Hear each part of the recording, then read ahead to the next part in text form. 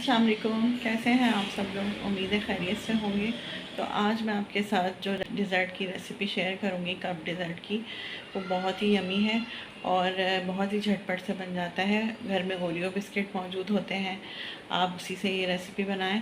और घर में फ्रूट भी मौजूद होते हैं, जैसे अभी मौसम के फ्रूट आए हुए हैं, आड़ू।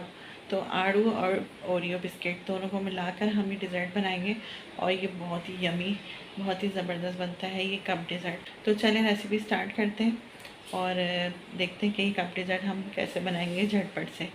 यहाँ हमने आड़ू लिए हैं, इसको वॉश कर लिया है। इनको हम स्लाइस काट लेंगे, बीज हटा देंगे और जो है स्लाइस की छिलके रिमूव कर देंगे और फिर इसको हम चॉप करेंगे हैंड ब्लेंडर से।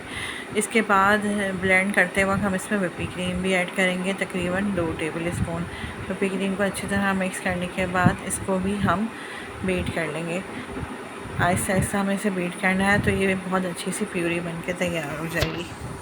इसके बाद हम एक प्याली व्हिपिंग क्रीम लेंगे और उसको भी अच्छी तरह से बीट कर लेंगे।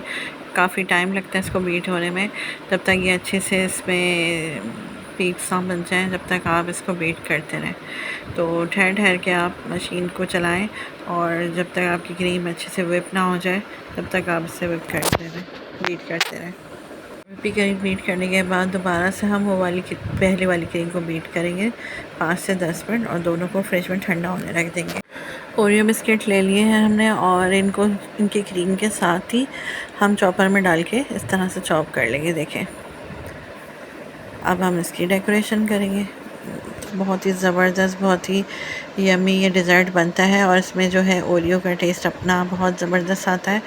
और आड़ू जो हमने इसमें शामिल की है ना, मौसम के फल आप शामिल करें तो वो भी बहुत अच्छा फ्लेवर आता है। तो मुझे यकीन है आज की रेसिपी आपको पसंद आएगी। अच्छा, जो लोग चैनल पर नए हैं वो चैनल को लाइक करें, सब्सक्राइब करें और शेयर करना बिल्कुल मत भूलिएगा।